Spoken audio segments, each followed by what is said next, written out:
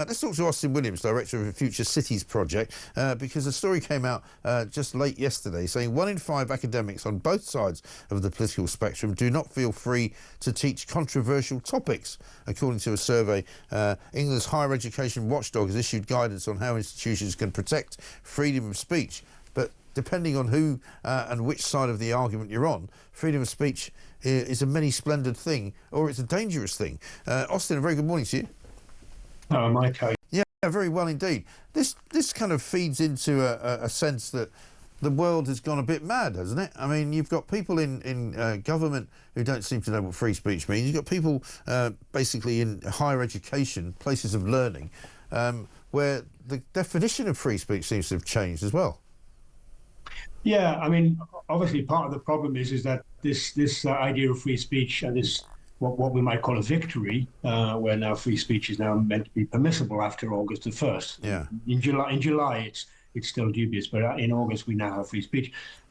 Is the idea that it's being protected because of some kind of legal technicality? Do you know what I mean? That effectively that the European courts, the human rights watchers have now decided that it's important that universities protect freedom of speech, whereas in fact for most of us, in the industry, we've always kind of thought it was an important aspect.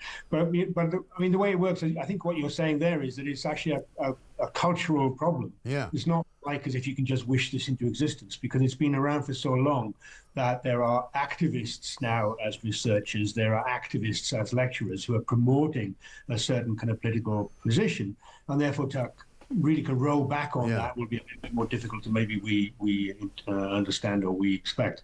So that's part of the problem. You know, if you are, there's rounds of what they call research excellence frameworks, ironically, research excellence, and effectively you tend to find that, you know, you will get a better score if you are researching something which is politically influential, or if it raises money. And obviously, if you are researching the community spirits of Israeli settlers, that's not going to get you very far. You know, if you're researching the dangers of sustainability, you're not going to really get the money. So it's a self-fulfilling problem, which I think we need to kind of intervene in a little bit more actively than yes. Well, I remember hearing about this for the first time up in Scotland when Nicola Sturgeon was still in charge of the SNP government, and it started to become clear that if you were a lecturer at any kind of university or a researcher at any kind of university in Scotland, you would not get any kind of grant unless it was a sort of politically correct one. Like, for example, if you said, you know, independence is a very dangerous premise and here's why, you wouldn't get any money for that. And so, you know, it's become politicised, I suppose, is what I was saying earlier. And free speech means something different to everybody who tries to practice it.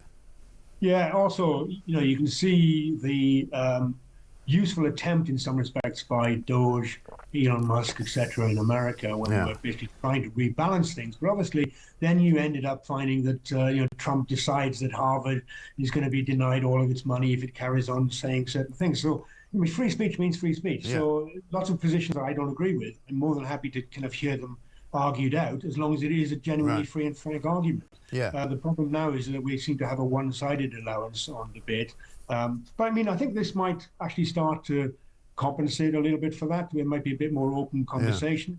The other aspect to it, which I think is probably more as worrying, is the idea that there might be fines imposed. And it's going to become this kind of legalistic minefield where people are going to now be claiming, instead of, you know, this is terrible free speech and how dare you make this position, people might say this opinion is a public order effect and it's actually alarming and distressing and harassing me. So I'm sure there'll be ways and ways around this by free speech deniers, free speech people who can actually think free speech is a problem.